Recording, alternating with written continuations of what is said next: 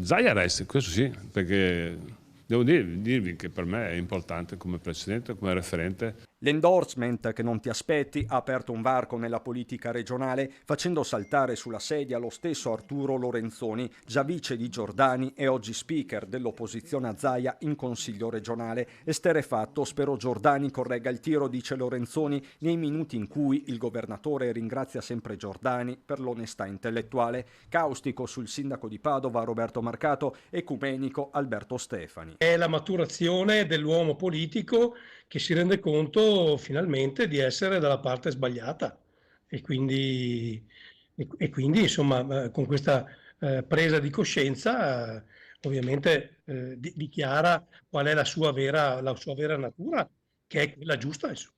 Insomma, se lo dice anche Giordani, o magari si mette d'accordo anche qualche altro pezzo di centrodestra e votiamo questo terzo mandato, quarto mandato e magari Zaia sarà nuovamente il nostro presidente. Io ne sarei orgoglioso, ne sarei felice e credo che sia anche nell'interesse dei veneti. Il supporto a Zaia di Giordani arriva al termine di una settimana al veleno tra gli alleati del centrodestra proprio sul tema del terzo mandato, con Tosi che ha stoppato l'ipotesi Zaia Terra, il gioco delle parti, dice Marcato. È stata una settimana che racconta anche una certa vivacità pre-campagna elettorale delle europee.